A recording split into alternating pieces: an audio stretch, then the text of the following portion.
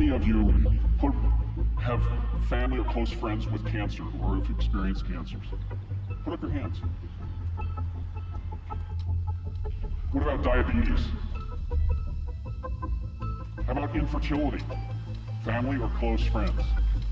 Now I want those of you who put your hand up at least once to put it up again for any of those questions. And look around you.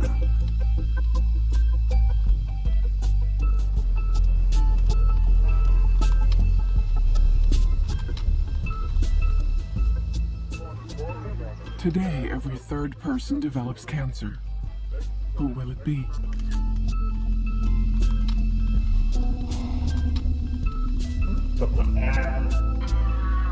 Fertig? Das war's schon. Die Weltgesundheitsorganisation empfiehlt die Impfung gegen Masern, Röteln, Polio, Hepatitis B, Pneumokokken, gegen Rotavirus. Risiko von Impfschäden wie Autismus, Diabetes, Asthma, Multiple Sklerose, Epilepsie, Narkolepsie. Laut der WHO sollten Kinder nicht mehr als 6 Teelöffel Zucker pro Tag konsumieren. WHO-Empfehlungen beeinflussen Regierungen auf der ganzen Welt. Es gibt ein Menschenrecht auf Gesundheit. Because if we want to protect Americans from Ebola here at home, we have to end it over there. H1N1, SARS, MERS. Dann geht alles rasend schnell. Das Virus ist hier und der komplett Globusfilm. In isolation at an Atlanta hospital. WHO declared an international emergency. Weltgesundheitsorganisation legt Alarm. Das Universal health coverage is the single most powerful concept that public health has to offer. We will not let the people down.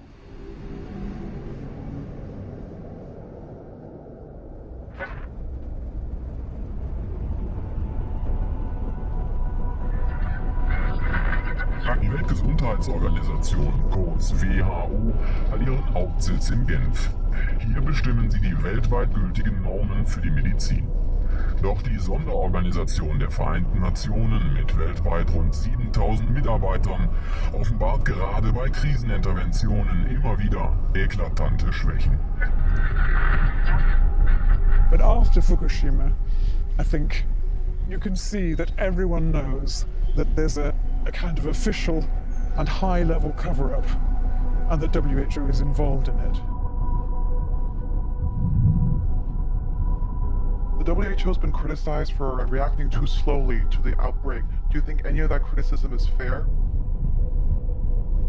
They don't have the money, they don't have the capacity, they don't have the leadership, they don't have the courage to say, let's go.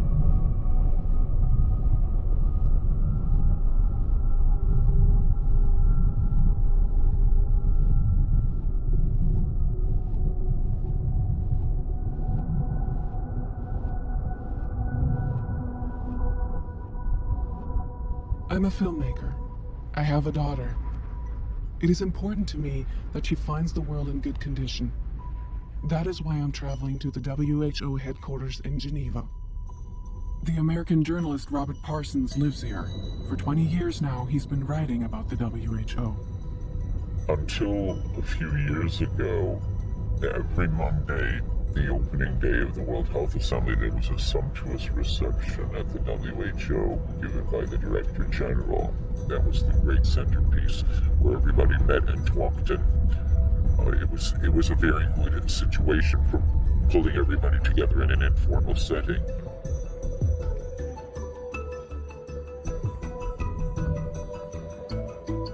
Now, more than ever, that sort of thing has been replaced by private reception, and they are organized by industry.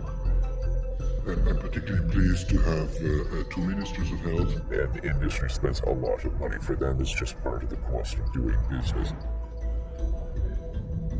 It's a way of making direct contact with the people who, back in their home countries, are making the decisions to formulate and implement public health policy. It's extraordinarily expensive. You can imagine if you got 1,000 people and you have 100 francs a person, it's 100,000 francs right there at least, just to feed people who are already overfed. there's no limit on the champagne or the wine, and it's always very good wine. Straight through if you can. No, you can't. What a promising start. But originally, it must have been about more. The suffering of millions of human beings in scores of countries will be alleviated, and many, many thousands of lives will be saved. Die Weltgesundheitsorganisation zählt bei ihrer Gründung 61 Mitgliedstaaten und finanziert sich aus deren Beiträgen. WHO has positively changed everything. Smallpox was completely eradicated, which was the first time ever that a disease was wiped The world out. saves each year $1,000 million on vaccines and care of the sick alone. According to Robert Parsons, the WHO is infiltrated by the industry from the very start. This one's in English. This was in the San Francisco Examiner. Anyway, WHO was not happy with my coverage because it made them look less than good.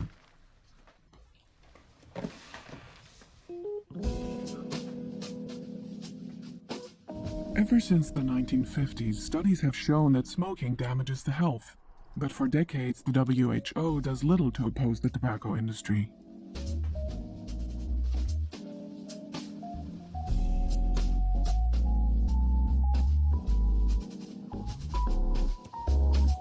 How often does your job call you out of bed in the middle of the night?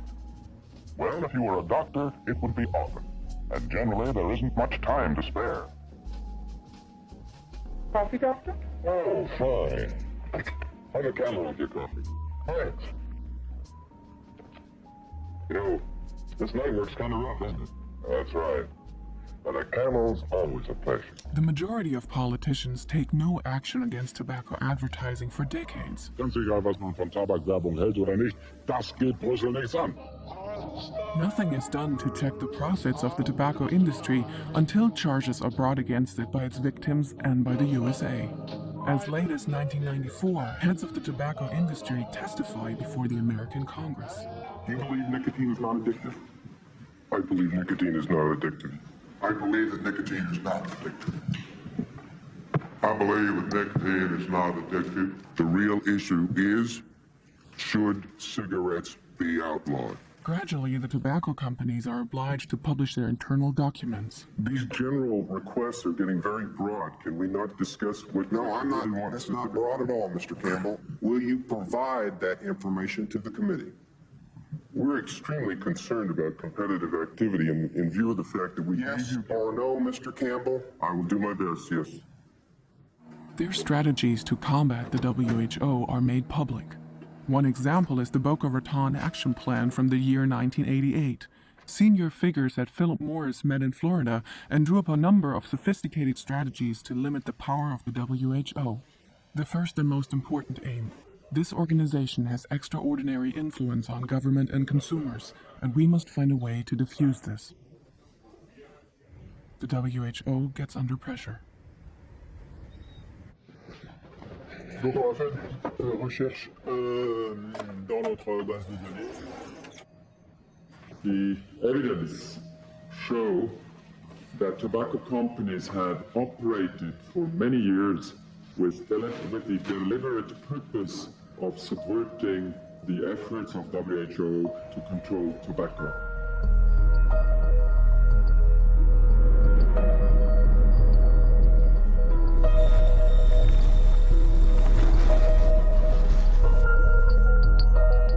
Les inlassables efforts de M. Zeltner ont fait de lui un adversaire de choix des multinationales du tabac. Ils lui ont même valu le sobriquet The Tobacco Taliban, le taliban du tabac.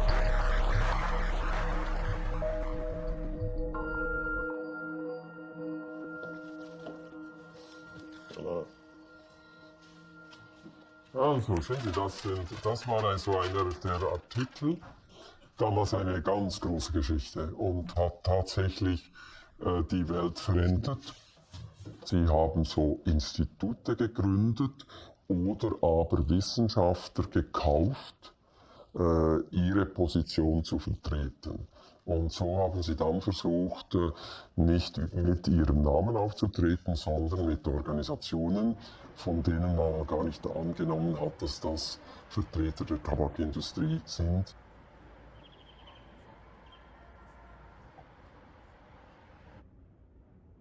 One of these institutes is led by the American lawyer Paul Dietrich. Philip Morris finances it with $240,000 a year. At the same time, Dietrich is a consultant for the WHO regional office in America. When his double role becomes known, Dietrich moves into the finance industry. And we bought back our own bonds. That money never went back into the economy. He won't agree to talk to me. In the WHO report on the strategies of the tobacco industry, 6 other consultants are mentioned. The British toxicologist Frank Sullivan, for instance, claims that passive smoking doesn't harm your health. His study on the subject is financed by Philip Morris. Hello, Frank Sullivan. Hello, Mr. Sullivan. Oh, yeah. Good to hear you. I tell you why I'm calling you. I came across the tobacco scandal at WHO, and there your name is mentioned. My name? Yes? Oh, I didn't know that. Were you a WHO consultant? Yes, I'm a consultant for WHO, and I also used to be a consultant in the tobacco industry. There was a great long form you had to fill in every time I went to a meeting at WHO. But did you declare in these forms that you also consulted tobacco industry? Yes. And it was no problem for WHO? No, because it wasn't a big issue. From when till when were you a WHO consultant? I don't know when. Did you stop after the tobacco scandal or not? No.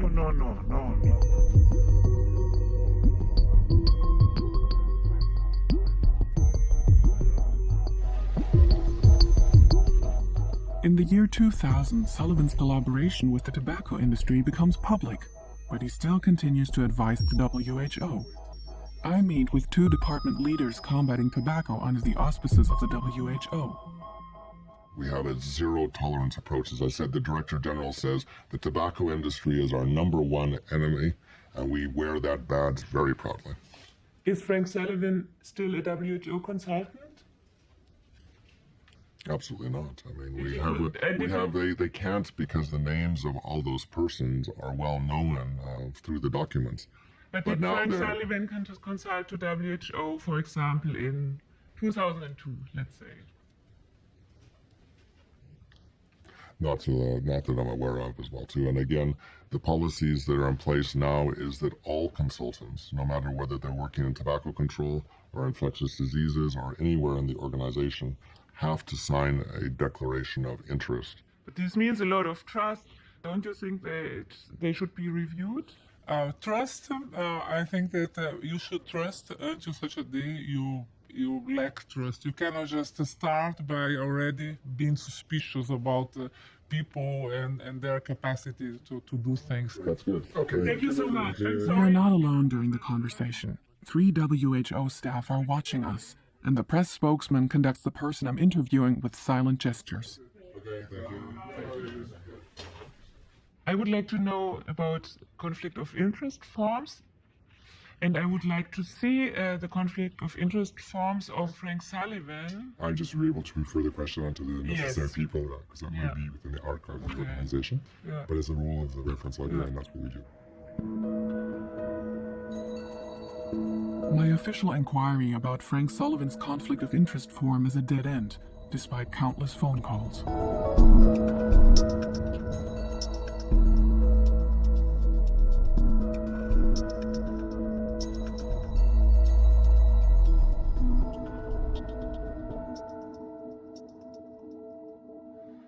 The WHO and also Thomas Zeltner, they always say, okay, we had a problem, and there were single persons who were corrupt. This was the Sullivan, Paul Dietrich, and so on. But I'm always doubting, I mean, was it really single persons and now it's over, or could you say that entire segments of WHO are corrupt? We have all the tobacco company documents which show how major corporations operate. And the pharmaceutical companies or the chemical companies do not operate any differently. Their obligation to their shareholders completely overwhelms any consideration of public health. So these are the people that are involved in the H1N1 push.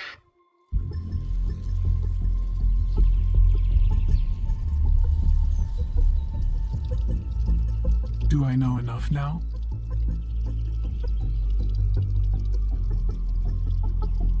Swine flu, or H1N1, is presented by the WHO and in the public media as a huge threat, wrongly as it later emerges. We are in the earliest days of the pandemic. Making people really aware of the seriousness of this problem and not causing panic. They really did give a pretty strong press conference this morning. Madame, Monsieur, bonjour. Dans l'actualité de ce samedi, le risque d'épidémie de grippe porcine partie du Mexique qui pourrait se Do you remember swine flu? Seriousness of this problem. You were really frightened. The numbers are staggering. Well, first of all, they are estimated by the World Health Organization to affect 2 billion people worldwide with H1N1. Joining us now from Cibola, Texas, Patrick and Robin Henshaw. Their family has been hit hard by this swine flu. Good morning to you both. Good morning. Good morning. My administration has taken several precautions to address the challenge posed by the 2009 H1N1 flu virus. Im ersten Jahr sterben in Deutschland 258 Menschen an der Schweinegrippe, weit weniger als bei einer normalen Grippewelle. If you've been diagnosed with probable or presumed 2009 H1N1 or swine flu in recent months, you may be surprised to know this. The odds are you didn't have H1N1 flu. In fact, you probably didn't have flu at all. WHO is very happy to be taking part in this hearing and thanks the Council of Europe. Why the WHO And we have heard that frightened the world the with a definition scare of didn't turn the out to be pandemic substantial. has been changed. But I've heard no reason why. Die WHO saß also hier am Abzug dieser ganzen vorbereiteten Transaktionen, dieser vorbereiteten Geschäfte, die zwischen Staaten und den Pharmaunternehmen formuliert worden waren. Diese Verträge waren meist geheim, wurden nicht veröffentlicht, weil die Firmen darauf bestanden. Many countries, including Germany, Italy, France, and Great Britain, concluded secret agreements with pharmaceutical companies before the swine flu incident, which obliged them to purchase swine flu vaccinations, but only if the WHO issued a pandemic level 6 alert.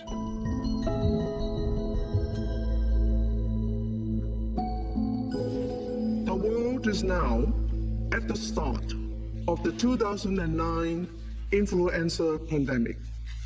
Die WHO hat entschieden über Ausgaben im Gesundheitswesen in Höhe von weltweit nach Schätzungen der Analysten 18 Milliarden $.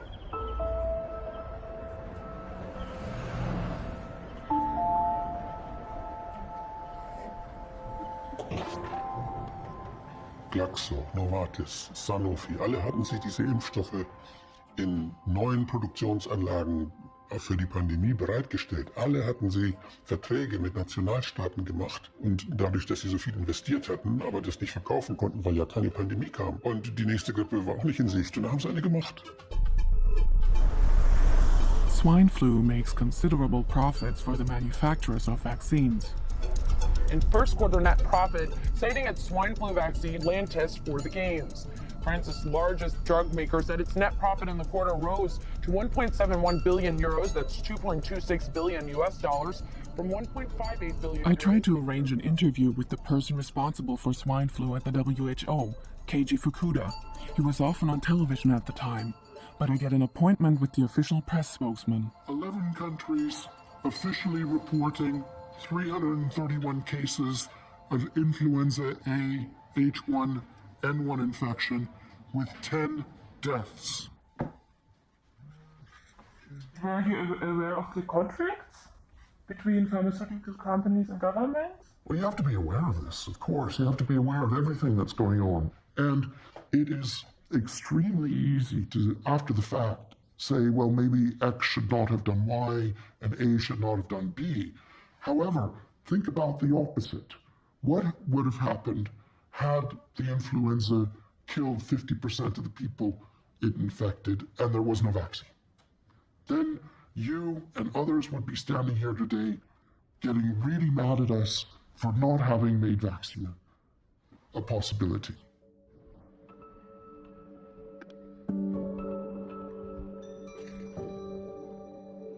Now, in terms of an overall assessment of the severity of what we are seeing, it's probably fair to call the situation something like moderate.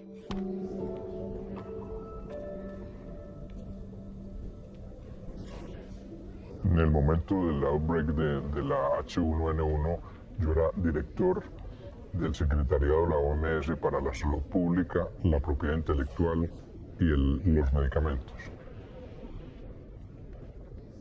Susto y temor, no había nadie. Yo personalmente no conocí a nadie en la OMS que se hubiera hecho vacunar contra la pandemia, incluida la directora general, que solo en el mes de enero le preguntaron a un grupo de periodistas si se había hecho vacunar, dijo que estaba muy ocupada, pero que lo iba a hacer. At the time, I am pregnant, and I avoid airports, crowds, and all forms of travel. Public media exaggerates with words and images the danger resulting from swine flu.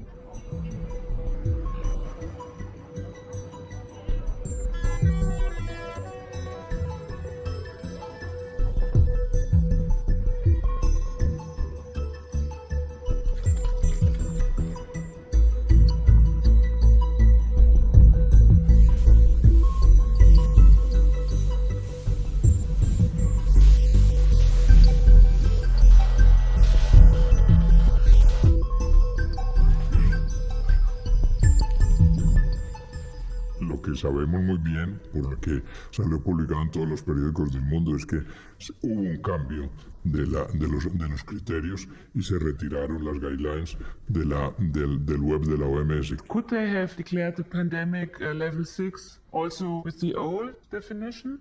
No, justamente porque uno de los criterios era la severidad de la enfermedad y por severidad se entendía también la mortalidad. Se incluyera ese criterio, facilitó el que se declarara la fase más alta de la pandemia.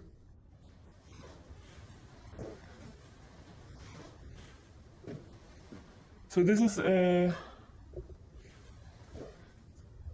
was removed before 2009, shortly before H1N1. Ich habe Ihnen schon gesagt, wir müssen eigentlich mit der Pharmaindustrie arbeiten, insofern, als sie eine gute Lösung für Schweinegrippe haben. Ja, ich meine, Oder für alle sind Grippe. ja auch Ihre Impfdirektorin kommt ja direkt von einem großen französischen Pharmakonzern. Also die Zusammenarbeit zwischen Industrie und Weltgesundheitsorganisation bei Impfstoffen findet ja statt. Of course, we would like to have a vaccine tomorrow. We would have wanted to have it yesterday. In 2009, Ms. Kaimi is a member of the WHO Swine Flu Working Group. Previously, she had worked for the French pharmaceutical company Transgene. The press spokesman doesn't allow me to interview her, so I try to approach her directly at a conference. Vous auriez un petit peu de temps pour que je... I asked Ms. Kaini why the criteria of severity was deleted from the definition of a pandemic phase. Il y a eu toute une série de réunions d'experts, etc., pour essayer de trouver des critères objectifs, disons, pour la déclaration d'une pandémie. La sévérité est toujours difficile, parce que la sévérité, on ne la connaît pas au début. La sévérité peut varier selon les conditions, selon l'état de santé, en fait, des gens qui sont infectés. Donc c'est pour ça que les experts pensaient qu'il était préférable de se baser sur des critères objectifs. Et les critères objectifs, c'est est-ce qu'il y a transmission dans la communauté, par exemple, ça peut être démontré, et dans combien de pays y a-t-il transmission. Vous pensez quoi aujourd'hui du changement de la définition?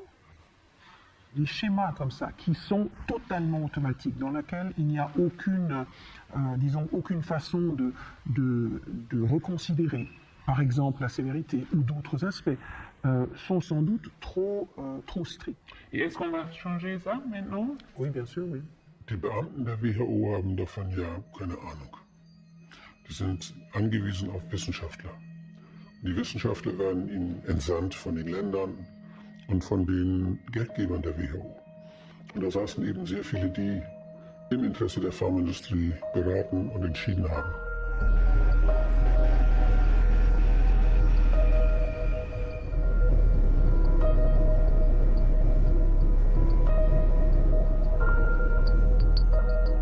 The WHO Working Group on Swine Flu consists of 13 external consultants.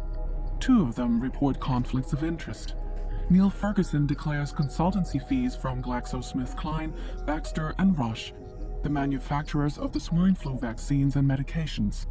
Not a problem for the WHO.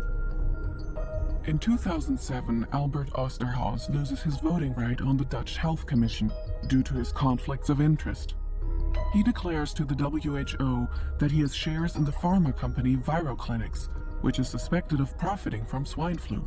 He also declares that he is the chairman of ESWI, describing it as a group of independent scientists. In fact, it is partly financed by vaccine manufacturers. Because I also did some research about H1N1, could we also discuss this a little bit later? Yeah? I can tell you there's no scientific meeting today organized that is not being sponsored by industry, and rightly so. Yeah, industry is making the vaccines. It's not the national institutes that are making the vaccines any longer. Industry is doing it. I'm very curious, are you still a WHO consultant? At the moment, I'm working more with the private sector as well, so I'm still consulting from time to time. Are you still working with this European Scientists Against Influenza? Yes, I'm the chair of that particular organization. Because I saw that you declared this as a conflict of interest? Or? No, it's not a conflict of interest, but I declare also what might be perceived as a conflict of interest. Normally, you have to be very careful there. So at least if you say that, and of course people can hold it against you, yeah, but at least I can always say, and I've always done that, you at least you show what you do. It was written there, independent group of scientists? Yes. When I looked on the website, I saw that it's funded by all the vaccine producers. No, it's not funded by. Some money comes from vaccine producers, but there's money coming from many other sources as well, and that's the same with WHO and a lot of other organizations. As long as you're transparent and show what you're doing, it's fine, I think. How is the percentage of funding? I don't know exactly, but there is a substantial part of the funding comes from elsewhere. From meetings, comes from European projects, and there is a percentage coming from industry as well, and that's completely transparent. Well, it's fine to bring it up again, but for me it's over. I don't get any hard figures from Mr. Osterhaus afterwards either. Without any facts, without transparency, I can't make any progress here. What about the WHO? Also meinen Sie, dass wir niemanden von der WHO filmen dürfen oder überhaupt niemand? He didn't say anything. No, I don't think. No, but I mean, yeah, but no, I wouldn't like you to use what I just said, but I'm happy to say something else. Okay. Please don't approach people with a camera. We have to choose. Please don't do that. I asked, but then it's fine. If you ask and you set up the interview, that's okay. At the country level, I hear good news and I hear bad news about engagement with non-state actors. Bueno, hubo una reunión donde la directora general se reunió con algunos posibles fabricantes de vacunas, donde muchos del staff de la OMS fueron excluidos de esa reunión, incluido yo mismo. Yo era director de un tema específico y estaba en la oficina de la directora general y tenía mi credencial de staff de la OMS. Y yo bajé a la sala del Consejo Ejecutivo y a la persona que estaba en la portería me dijo, no, esto es una reunión privada confidencial. Yo, que era director de la OMS, staff y a alto nivel, y que tenía un tema que tocaba lo que se estaba discutiendo, no pude entrar. Eso quiere decir que no había la suficiente total transparencia para ver qué era lo que se estaba negociando y qué era lo que estaba en juego.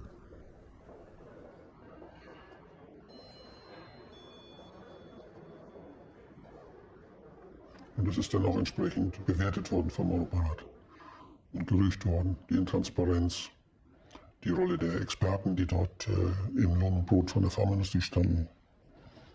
Und ja, dann hat man Änderungen gefordert, aber die WHO hat dann nicht mehr auf den Europarat reagiert. Die ist noch einmal gekommen.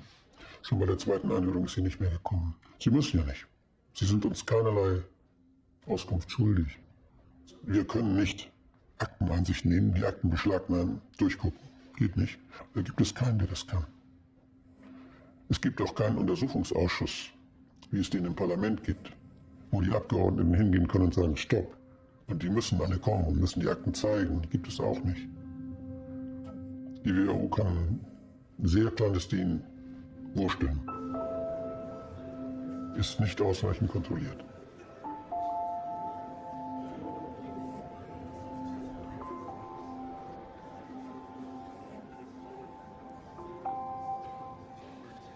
We found out that there has been a big lack of transparency with the pandemic alert experienced in 2009. What did you do since then to have more transparency concerning the decisions done, concerning the stuff, concerning the declarations of conflicts of interest? How do you want to improve this? I want to agree with you. There is no replacement of transparency and accountability. And that's the only way to hold people to account. But in order to do that, we must recognize that in this 21st century, no government can provide everything to their people.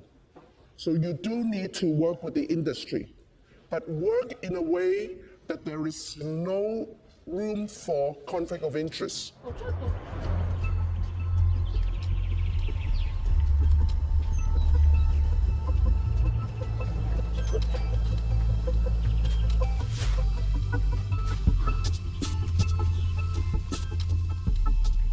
In the case of the pharmaceutical industry, it's even more difficult for the WHO to maintain its independence than with the tobacco industry. On the one hand, the WHO is dependent on the pharmaceutical industries for research and medication. But the industry's financial interests mustn't damage the WHO's activities in the area of health. One thing is clear. Today, the pharmaceutical industry is part of the health system, just like the governments that control the WHO. Politik und Industrie, wo geht die Entwicklung heute hin? Ja, wir haben eine Zeit der Deregulierung, das heißt der Auflösung staatlicher Aufgaben, der Privatisierung staatlicher Aufgaben. Und da gibt es eine ganz massive Lobbyarbeit, neue Wachstumsfelder da zu schaffen, wo vorher öffentliche Verantwortung war. Und wenn das erstmal so weit ist, dann sind da keine Beamten mehr, die man bestechen muss, dann darf man damit Geld verdienen. Und das ist die Entwicklung, die wir zurzeit gerade sehen. Ich verstehe es nicht. Ich verstehe es nicht. Sie sind die Bundeskanzlerin der Bankenlobbyisten, der Pharmalobbyisten, der Lobbyisten der privaten Krankenversicherung. Pfizer doesn't need a PR man. They've got the Prime Minister. Secretary Clinton has a number of super PACs. And in the last filing period, reported receiving $15 million from Wall Street. My whole life I've been a businessman. I've contributed to most of them. I've given to Democrats. I've given to Hillary. I've given to everybody because that was my job. I got to give to them because when I want something, I get it. When I call, they kiss my ass. Okay, sure. They kiss my ass.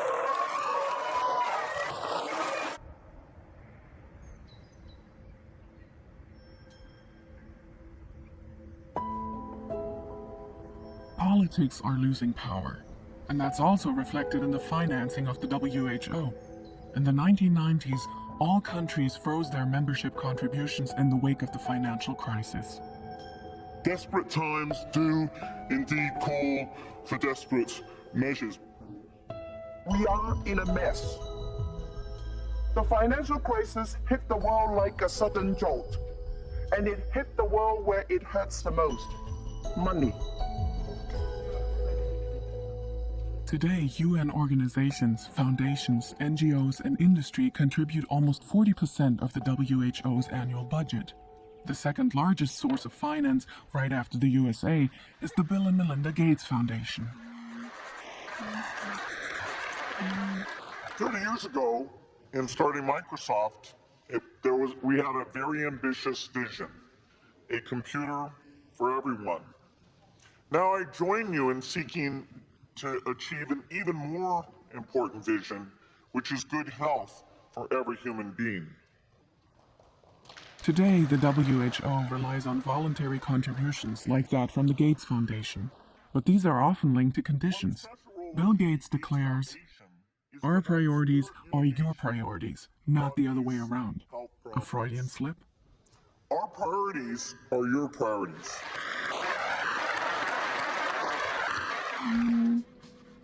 Today, the WHO's annual budget amounts to about $2 billion. Coca-Cola spends twice that much on advertising alone, and the hospitals around Lake Geneva spend $6 billion a year.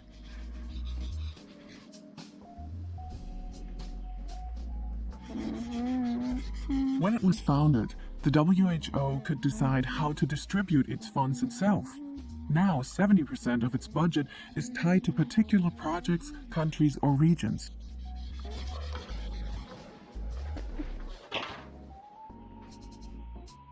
If the WHO receives funding to fight malaria, for example, it can't use that money to combat Ebola.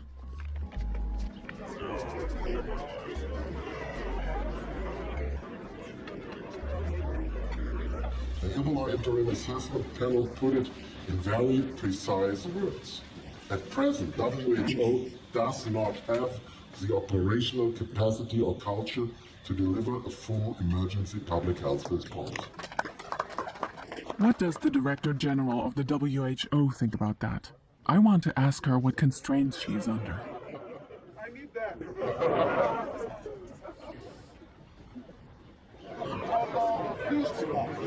I'm from, I'm doing a cinema documentary. I'm filming. Okay, let's discuss the date. You don't work in July, August? No, August will also be possible. July, August, November, it's not so hectic. July and August not so hectic. It's better for you. Okay, then I will adjust my schedule.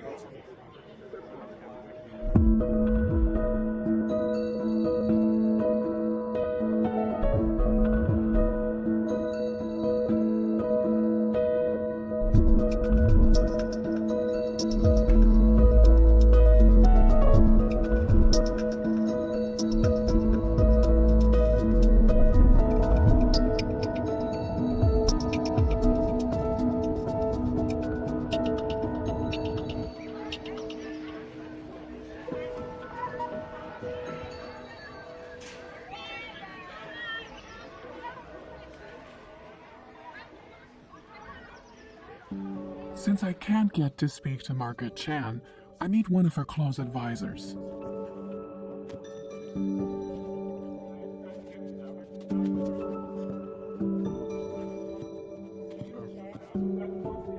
I think it's simply a wrong perception to think there can be an external independent review. Because then you have to say who is selecting these independent experts, and who is controlling their independence, and who is controlling the independence of those controlling the independence. There is no external entity as such independent. Of course he's right, but he's wrong. You know, he's mixing everything up because this world is as it is, and you have to do what you can to make sure that the independence of the science is as good as possible. It will never ever be perfect. He's quite right by that. But he should be talking about his own. I mean, he's from Switzerland. He came straight from Switzerland, which is a country that is completely locked into a partnership approach. And he's in charge of partnerships at WHO. So I know Gaudens was very keen that any companies could come in as long as it was transparency, didn't mind.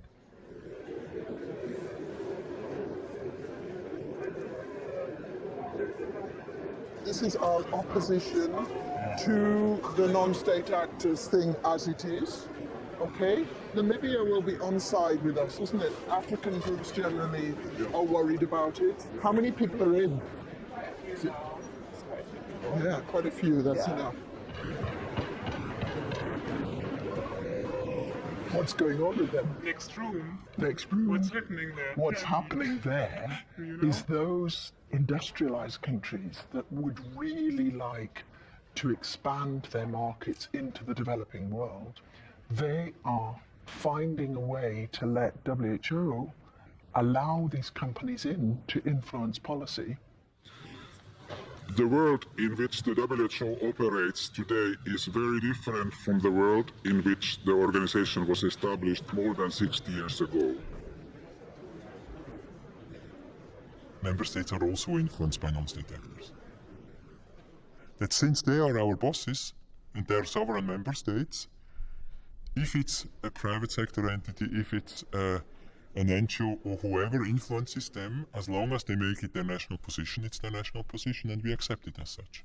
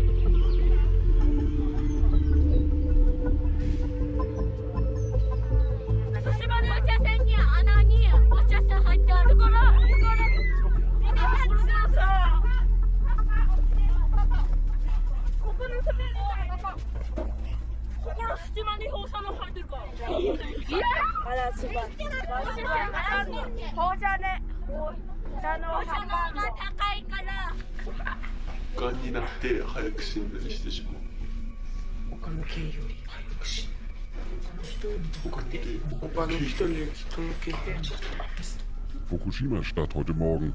In diesem Hotel trifft sich die Gesundheitskommission der Präfektur. Sie präsentiert neue Zahlen über die Veränderungen an den Schilddrüsen bei Kindern. Gut 1,5 Jahre nach der Atomkatastrophe. Den Vorsitz hat Professor Yamashita. Bei mehr als 42% der Kinder wurden Knoten oder Zysten festgestellt. Nach Tschernobyl lag die Zahl dort zwischen 0,5 und 1%, gemessen damals von Professor Yamashita.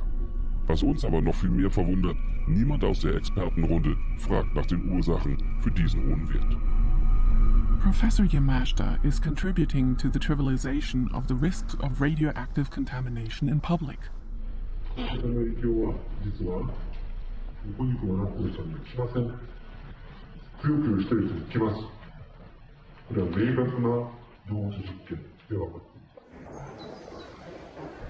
Yamashita works together with the WHO in cases of nuclear catastrophe. Is the WHO downplaying the dangers of nuclear radiation?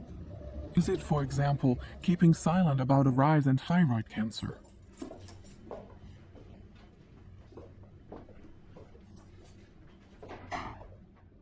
Vous avez aussi des films sur le nucléaire? Très peu.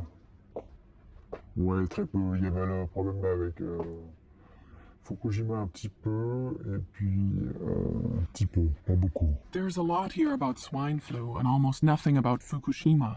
I would like to talk to the Director General about this in person. Maybe you can help me. How can I get an interview with Margaret Chan? Dr. Tarek. Very difficult. I have to become friends with you. Okay, I see. She's very busy. I know. This is why I'm asking. Can we get for someone else? No. Look, no one can promise to interview with Dr. Chan because she really prefers other to speak. So there are some circumstances where she does it, but nothing that can be guaranteed.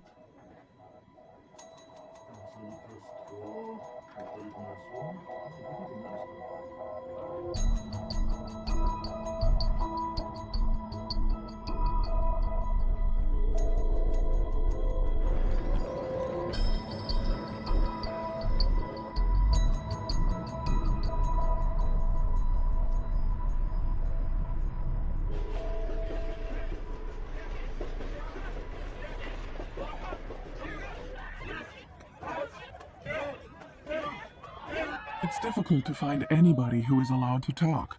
The mayor of Matsumoto, Akira Suginoya, is also a doctor and has founded a convalescence camp for children from contaminated areas.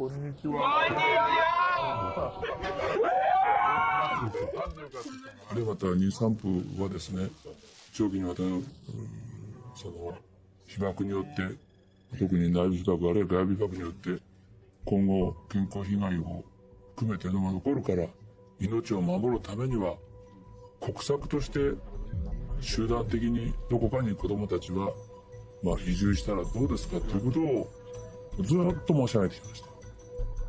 ですから飲ませなくてもいいっていうことの判断で、結局は国からは指示が出なかったんですね。用土をもう飲ませた方がいいですよっていうことを要するにインタビューでは言ってました。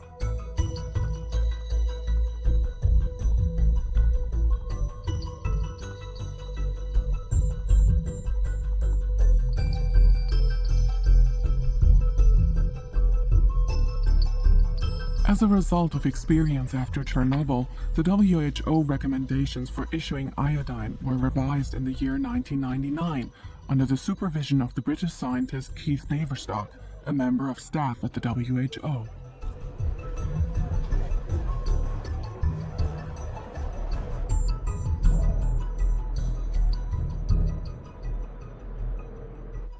Thank you, Mr. Moderator, for that kind introduction, and thank you for the invitation to come and present here.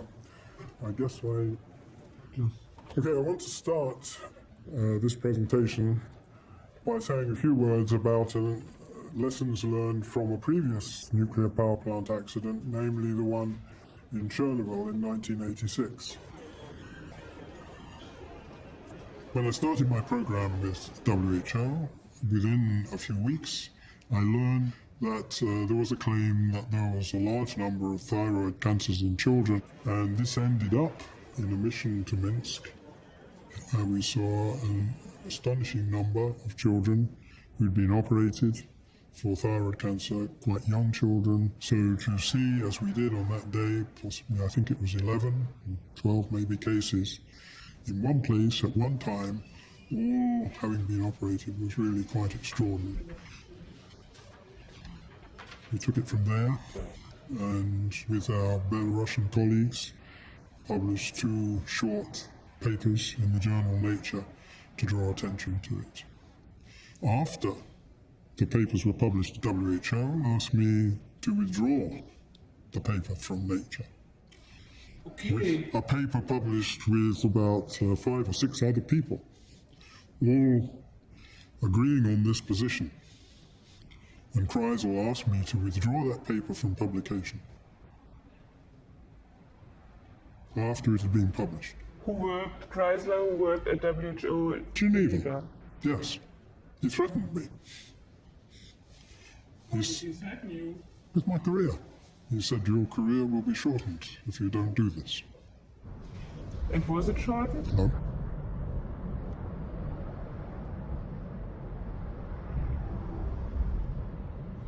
I wonder why in Fukushima area it wasn't distributed. I don't know. I don't know. I should have given them, yes.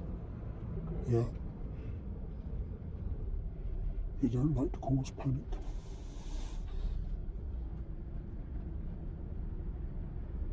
Die Gefahren seien unterschätzt worden, stellen die von der Regierung beauftragten Experten fest. Außerdem kritisieren sie das Krisenmanagement nach dem Reaktorunglück. Der Betreiber TEPCO habe versucht, das wahre Ausmaß zu vertuschen, und auch die Regierung des damaligen Ministerpräsidenten Naoto Kan habe die Öffentlichkeit schlecht informiert. Did you have any contact with WHO after the TEPCO accident? いや、もちろんあったと思います。ただそれはそれぞれの部局がありますから、どういう種類だったかというと、今すぐ私は記憶してるわけではありません。それぞれ厚生省とかいろんなところに当然あったと思います。というのは今分かっているのは事故が発生して、数日後には放射性物質が外に出てましたから。しかしその事故の発生した時点ではその放射性物質までは出ないとというふうにテプコも専門家も最初の段階では見てましたので、そういう判断が残念ながらできませんでした。ごく一部ありますが、全体としては、結果としてその様子剤を子供たちに配ることが、できませんでした。これも大変残念に思っていることの一つ。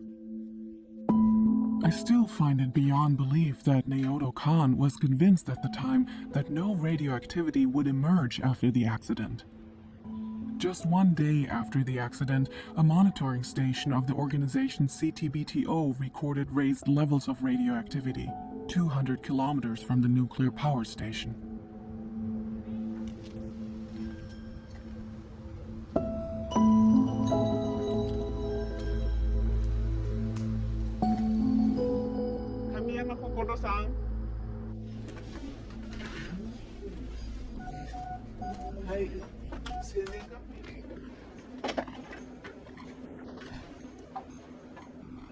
Ah, 前なんかありました？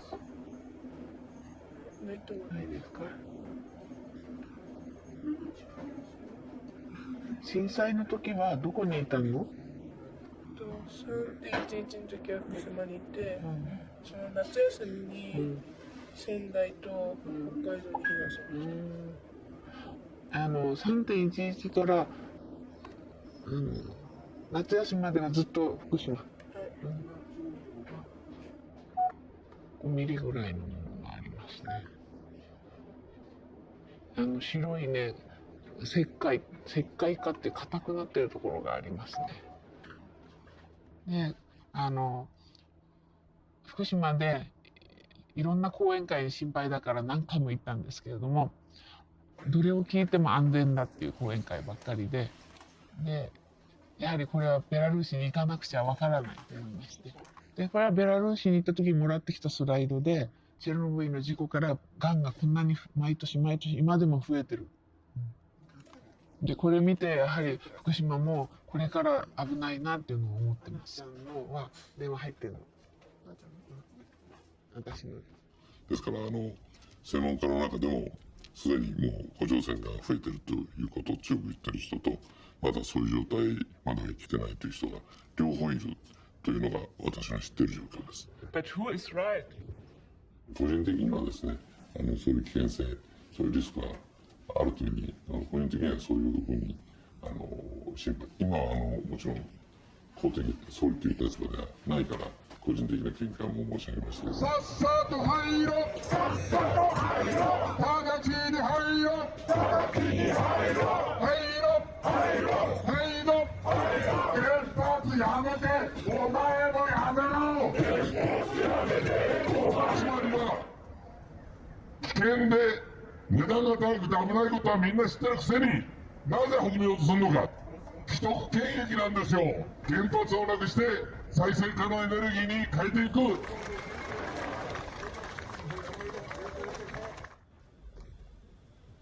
What do you think today about iodine intake after nuclear accident? Well, again, it's more or less what was said in the video. People are not taking iodine as of the moment. The Japanese authorities have not said that that should be done. They have distributed iodine tablets, pre-positioned them, but have not yet asked anyone to take them. Taking iodine tablets in the absence of iodine radiation is actually bad for you. You need to match iodine, taking iodine to the exposure. I understand, but from today's point of view, was the exposure given at that time in most affected areas or not? You know, again, that's almost 5 years ago, and I can't remember the process from day to day. And certainly we would have adapted, though, our recommendations based on the information we were getting. But there are these guidelines, and it's written in here, you should take iodine within the first 6 hours after a nuclear accident. That's in here, and it's also clear that it was not given in Fukushima. That's also a fact. I mean, that's something you don't have to look up, it's obvious. Okay. I really think you are wasting your time on this topic, and that we should move on to other topics, because I only have until 12 o'clock. Is it that you can't say something critical about the Japanese government? WHO work on the basis of facts, and if I don't have the facts and the information at my fingertips, I'm not going to speculate. Yeah. But in general, is it possible for WHO to criticize nations? I'm not going to say anything more about this. Why? Should I say anything more? No, this was a general question, not in relation to Fukushima. Well, let's move on to another topic. Okay.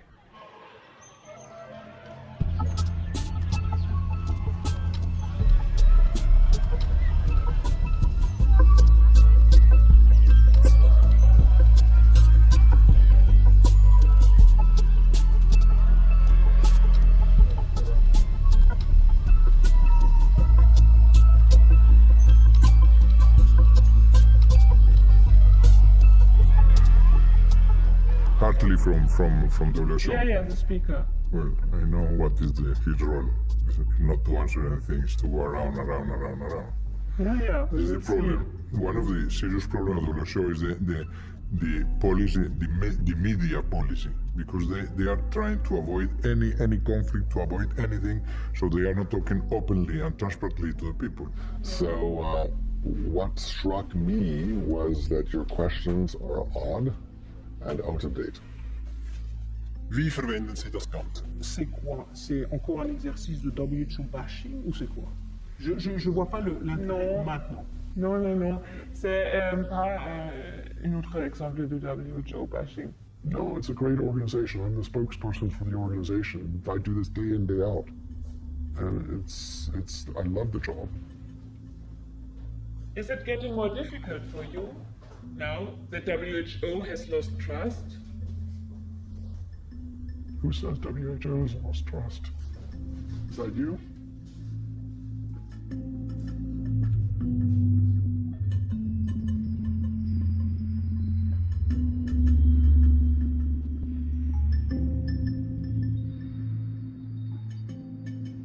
Madame Chan qui nous a reçus. Elle a eu cette phrase, vous êtes plus libre que nous. Elle a dit ça. Et à moi, elle m'a dit personnellement, en chuchotant à l'oreille, vous savez, on peut faire beaucoup plus quand on n'est pas payé pour le faire. Je te dis ça? Ah oui. Ah oui, ça très bien.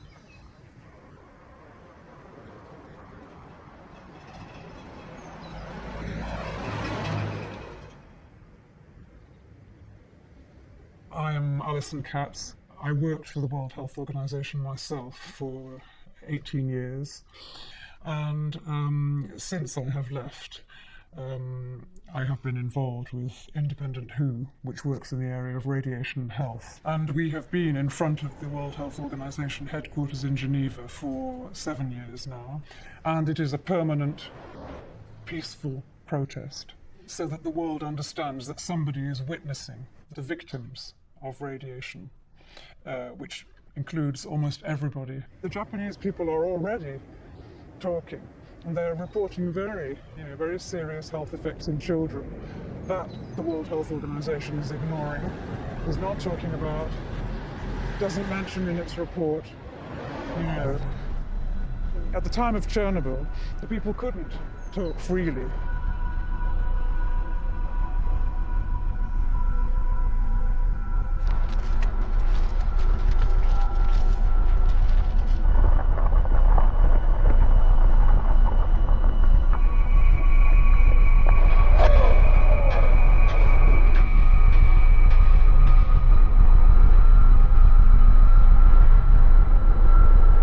Offenbar handelt es sich um das bisher schwerste Unglück in der Geschichte der Atomreaktoren. Der wahrscheinlich am Samstag in Brand geratene Reaktorkern ist offenbar weiter außer Kontrolle. Für uns in der Bundesrepublik besteht gegenwärtig nicht. The New York Academy of Science book, this one, comes up with an estimate of 985,000 deaths, but that is worldwide, between 1986 and 2004.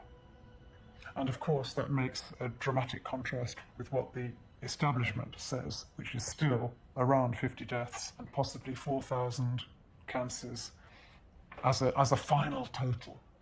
The other major omission is that the World Health Organization has never considered anything except cancer as a health effect. 3 месяцев у меня нарушили сердце. уже перенес 3 инфаркта и приступа сердечных. Я 7 лет болею. Тебе сейчас сколько? Мне уже 14. 7 лет болеешь. Ты чем болеешь? Системно-красная лучанка. А что у тебя болит? Скажи. У меня болело сердце. Что? Ясно. Ну, уже все прошло, уже не болит. Ну, Оленька, все, давай глазки уже уберите, глазки красивые, давай, бери, что ты большая девочка, все. Не болели, сейчас уже тебе легче. Ну, расскажи, что еще?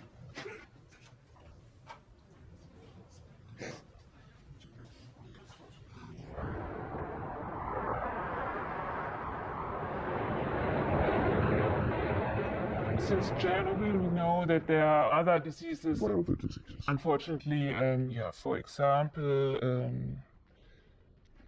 it's cardiovascular diseases, infertility, thyroid diseases other than cancer. There's a book, maybe you heard about it, of the Academy of Science. Which was reputed by the New York Academy of Sciences because it's so unsound. But that's not true. Yes. If you read the statement from the New York Academy of Sciences in 2011 or 12, they repudiated the book. Let me give you this. This is from the Journal of Radiology, and it's a review of the New York Academy of Sciences book, which talks about all the flaws in it. Okay. So I should also give you something. A book review by Independent Who. Yeah. Yeah. Okay, we read this and then we meet again.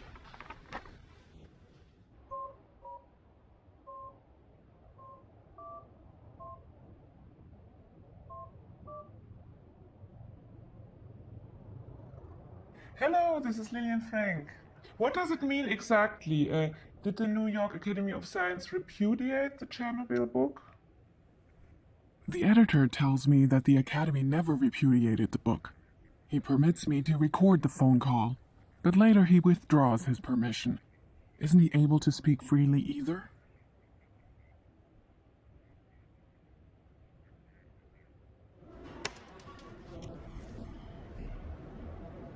When I try to confront the WHO press spokesman with his statement, he doesn't take my calls. So he doesn't take it. Do you want to try with my data number? Like your... Why not? Thanks. Like mine? Oh, yeah. Hi, Gregory. This is Lillian. Good to hear The press spokesman refuses to give me another interview. I'm good, and you? He says he spent enough time with me already. Perfect. I was wondering whether we could meet again for another interview. No? Why not? Perhaps the publisher of the Chernobyl book can help me.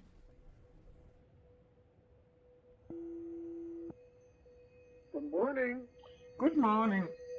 The original contact person at the New York Academy of Sciences, agreed to publish the book. And then there was a big to-do at the New York Academy, and they did not think it was a good idea. And I suspect that they were pressured by the nuclear industry, but I don't know for sure.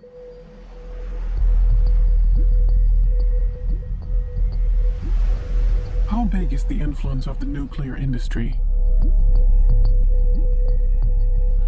Notre parc nucléaire constitue une force économique, une force stratégique considérable pour la France. Планируем возвести в Индии 12 атомных энергоблоков с использованием российских технологий.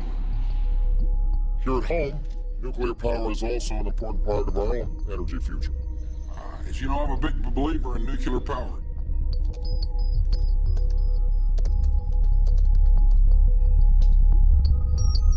Japon et France, nous devons montrer un niveau de sûreté incontestable qui permettra de maintenir une production d'énergie nucléaire. The International Atomic Energy Agency, IAEA, wants to promote the safe and peaceful use of atomic energy. Nuclear power will remain an important and viable option for many countries as a stable and clean source of energy.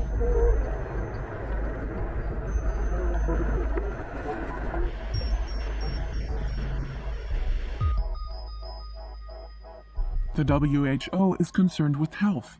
These are different priorities, but the two organizations are working closely together.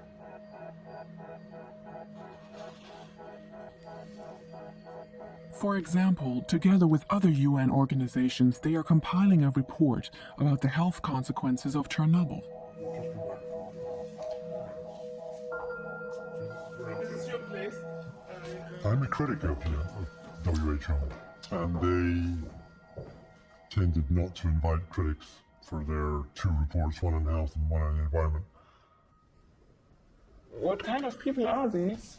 Do you know some of them? Or? Yes, I know most of them.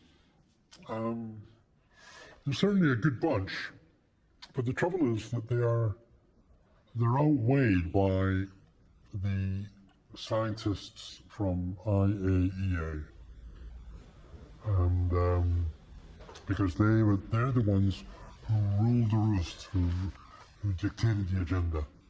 The thing was that there would be a whole series of informal meetings going on between WHO and IAEA at quite senior levels, very senior levels. And they would predetermine what the line they would take. That's why they had a WHO/IAEA meeting in Vienna in 2005, in October 2005, to put the line across. This is it. This is what we're going to do. The trouble was that many, many people came opposed to all this.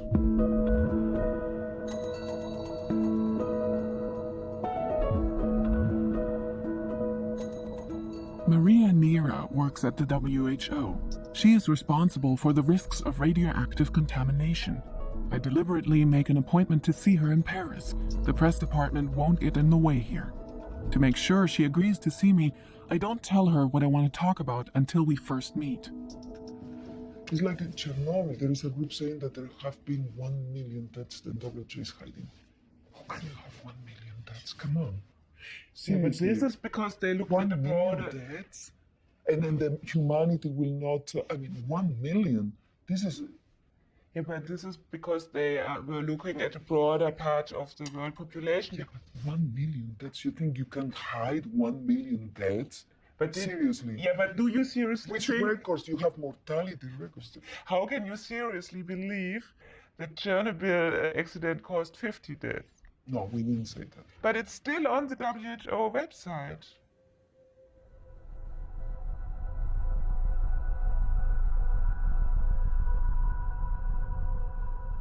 So we wrote the other report, and the initials are TORCH, which is torch. We said right away that we expected somewhere between 30 and 60,000 altogether worldwide future deaths. Because the plume from Chernobyl went right round the world, the Northern Hemisphere. And whilst the concentrations were low, far, far away, it doesn't matter because there were many, many millions of people. There are 600 million people in Europe alone, and they were all affected. Die Spielplätze sind gesperrt. Messungen in Sandkästen ergaben erhöhte Radioaktivität und bei Spaziergängen heißt es, bloß nicht den Rasen betreten. Milchbauern wie Alois Meyer wissen nicht, wie sie auf Dauer ihr Vieh füttern sollen. Aber wie würde es denn ausschauen, wenn jetzt das Trockenfutter ganz ausgehen würde? Ja, wenn das Trockenfutter ganz ausgeht und wir dürfen kein Groß nicht füttern, dann gibt es ja nur die einzige Möglichkeit, das ganze Vieh zu verkaufen. Wie tausendfach im Land schreitet hier am Mittag der Weiblinger Polizeikommissar Hinderer zur Beschlagnahme von 1 Tonne Gärtnereispinat. Das heißt, es ist momentan polizeirechtlich beschlagnahmt, bis Sie weiteres von uns hören. Die Weltgesundheitsorganisation der Vereinten Nationen sieht ebenfalls keine Gefährdung der Menschen außerhalb der betroffenen Region in der Sowjetunion. Politicians who do not learn from history are doomed to repeat it.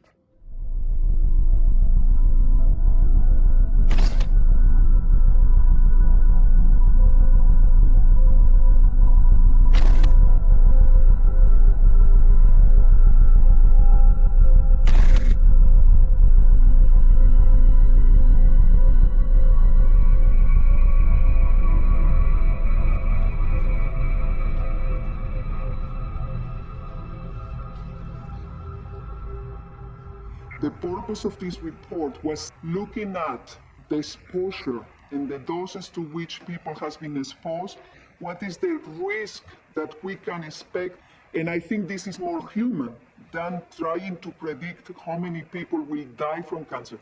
The other reason why we were not using cancer mortality figures, but rather incidence, is because, as you know, most of the cancers can now be treated, and therefore there will not mortality associated.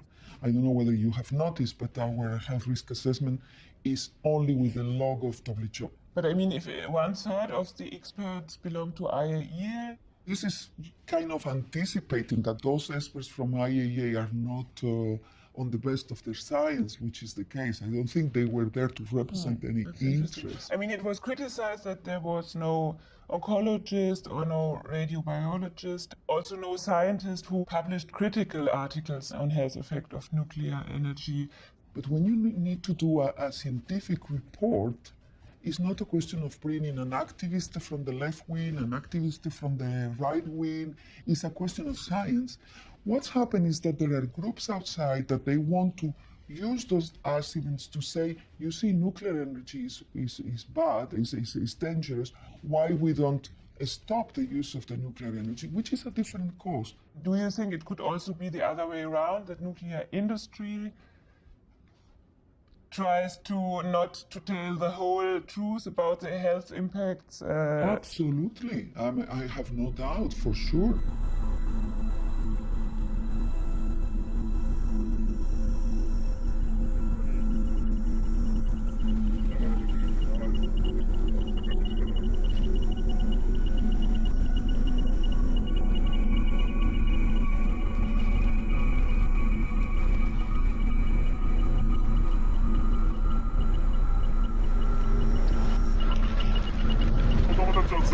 ここの信号でこっちがないので、そちらに全員渡らなくちゃいけなくって、ここで信号待ちを1回2回とするわけですね。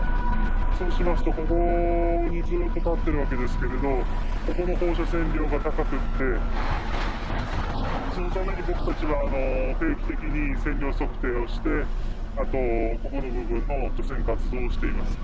全部の通学路をきれいにすることはなかなかこの人数ではできないんですけれど、そうやって少しでも高い場所とかとどまる場所は下げるというふうにして、少しでも線量を下げようという努力をしています。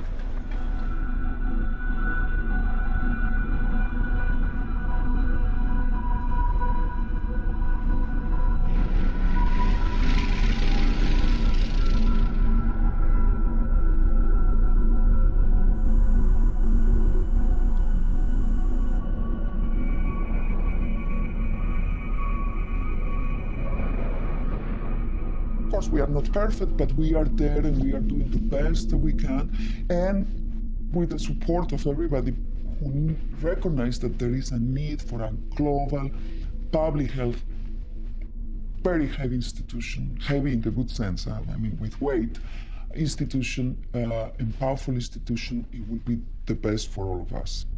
And I will fight for that for the rest of my life. I'm a convinced public health officer, and I think my record accredits that if we need to fight, I'm not afraid.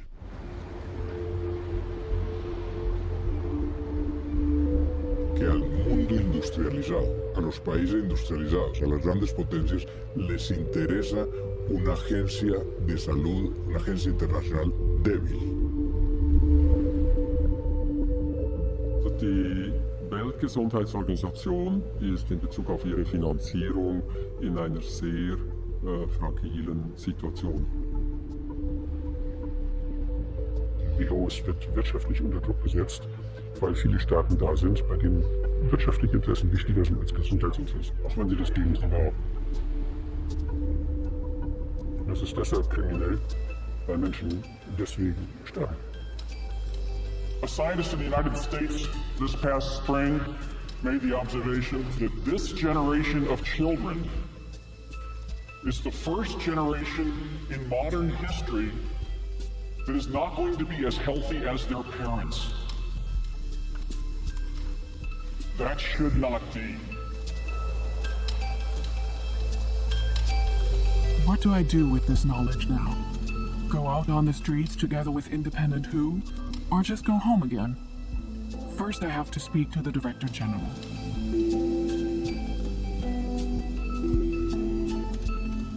I was talking to Margaret Chan for an interview during World Health Assembly. She said, yeah, she would like to give it, but I didn't get any answer so far. I'm just concerned about WHO and its image in the film. It's really, really important that I could talk to Margaret Chan. You know, I'm very flexible. It doesn't have to take a long time. It's not about time, it's about her physically being in the office. Hello, this is Lillian. Do you think we can do the interview tomorrow? Probably not.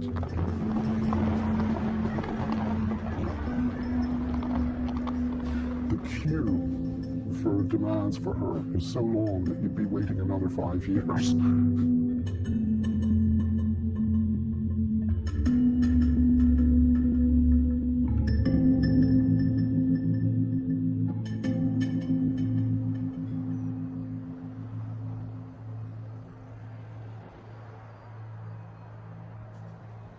Am I at the end now?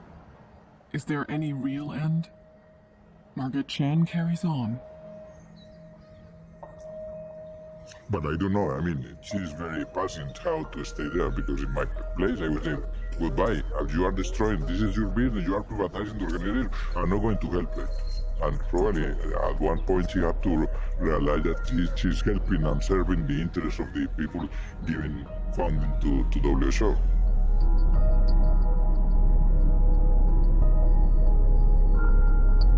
La dirección de la OMS en el momento en que yo estaba a retirarme, estaba más bien contenta. Yo creo que estaban ya cansados de que yo siguiera insistiendo en ciertas políticas y que algunos decían en aquella época, aseguraban, decían, no, cuando Velázquez se vaya a la OMS probablemente van a cambiar muchas cosas.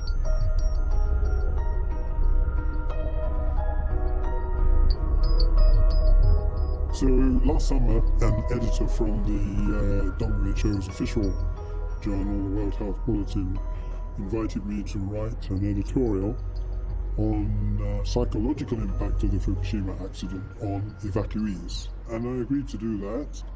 It was rejected on the grounds that it contained criticism of the WHO and the Japanese authorities. Well, of course, it did. I mean, there were things wrong.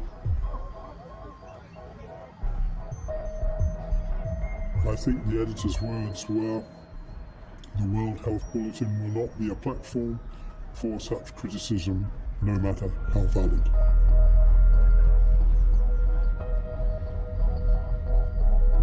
So this year, will you go to the World Health Assembly, to the UN building? No, I'm still not allowed in. Why? Because apparently I've asked too many disobliging questions. They won't renew my accreditation. I have annoyed people, and I have written about things they don't want me to write about.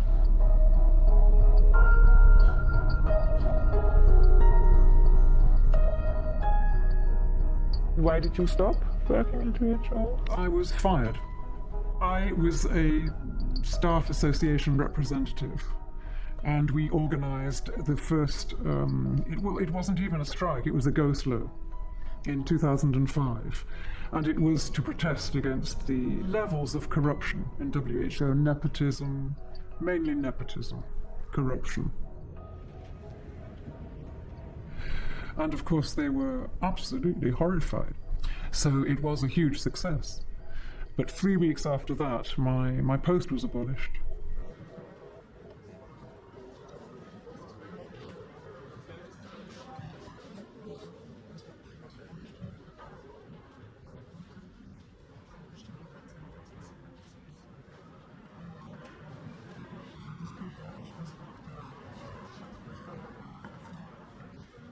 Right. It's over to you, folks. Who'd like to start the round of questions? Thank you. Is it on? Do you hear me? Yeah. Okay. Lillian Frank, Oval Media. It's a question to Dr. Chan. We just learned that refugee health, AMR, and climate change are huge global health challenges. But I'm asking myself, how can we meet them if WHO is constantly losing power? Important donor nations, they want a weak WHO. One could even compare WHO to Titanic, I would say. So isn't it your responsibility, Dr. Chan, to step down before the end of your second term in order to signal to the world that your organization, your ship is sinking? You ask an excellent question. If I tell you, WHO as an organization, only 30% of my budget is predictable funds. Other 70% I have to take ahead and go around the world to beg for money. And when they give us the money, they are highly linked to their preferences, what they like. It may not be the priority of WHO. So if we do not solve this, we are not going to be as great as we were.